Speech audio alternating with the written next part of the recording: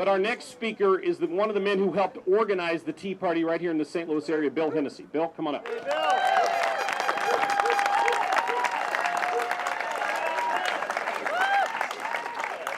Bill. Thank you. Good morning. Good morning. Welcome to beautiful BALLWIN, Missouri, where I grew up. After I got out of the Navy, we lived a few miles down the road, but Wildwood at that time didn't really have much. So I've felt kind of part of the BALLWIN community since 1996 when we moved out here. So it's been a while, and it's a funny tradition. In my family, after the Korean War, my Uncle Jerry moved out to BALLWIN in about 1955. And at that time, it was farms and fields, and we could all come out here for family reunions and shoot guns and break our arms. And man, how things change. And yesterday morning, my oldest son, Jack, left after a month of leave. He'd been home from the Navy on leave for a month, on his way to go live in Guam for the next 3 years. He chose to do that, not just join the Navy. He actually chose to go to Guam. When I was in the Navy, we used to threaten people with Guam as punishment for misbehavior. But clearly, my kids are a little bit more devoted to the service even than I was.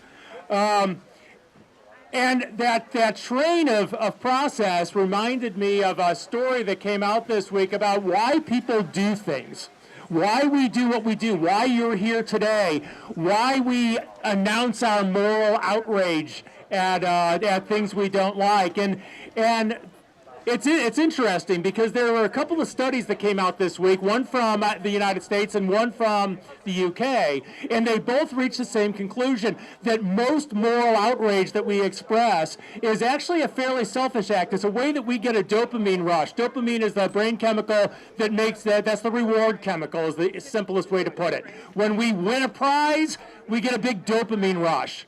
Oddly enough, when you smoke a cigarette, nicotine kicks off a huge dopamine rush. And we try to seek situations that give us that dopamine rush, right? Well, being angry actually gives you a dopamine rush if you have something that you can do about it. And the reason I bring this up is since the Tea Party kicked off in 2009, we've had all sorts of opportunities to get a dopamine rush from being outraged by stupid things that the last administration did, idiotic things that the last governor of Missouri did not do, and now we're out of those things. So what are we going to do?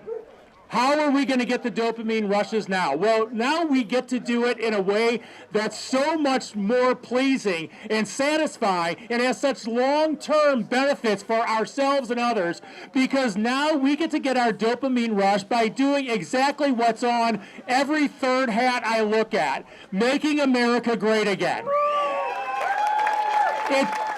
It's so easy to get angry at the people who disagree with us, who do stupid things. But folks, there's going to be people saying stupid things and attacking the president as long as he's in office and as long as we're alive.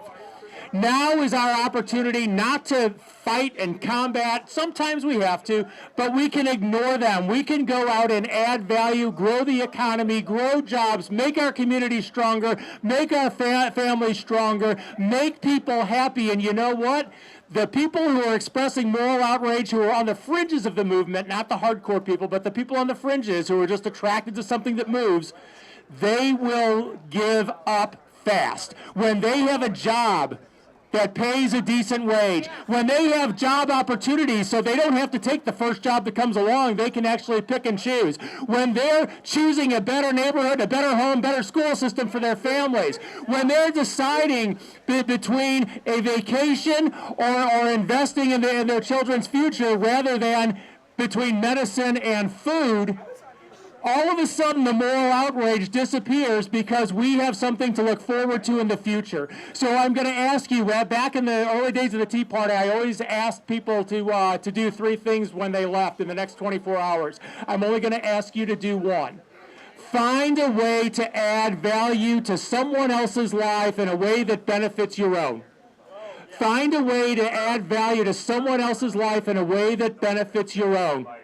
If you do that, the moral outrage on the left will disappear because good things will be happening, and everybody would rather take part in something good than something bad. Everybody. And before I close out, I want to say one more thing. 5 years ago, yesterday or Thursday, we lost a man without whom I promise you we would not be here today celebrating a victory. Andrew Breitbart had, on September 12, 2009, a bunch of St. Louis Tea Party folks, many of you probably made the trek up to Quincy, Illinois. It was the weekend after the O'Keefe tapes dropped on Breitbart.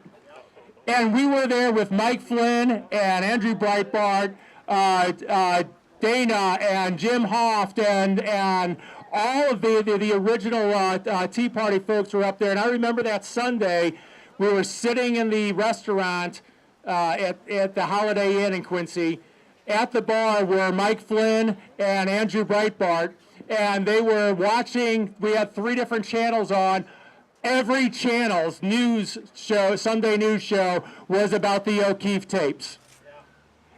And there were 4 of us sitting at the booth there, right behind those guys, realizing we were at the center of history on that day. We were at the center of history.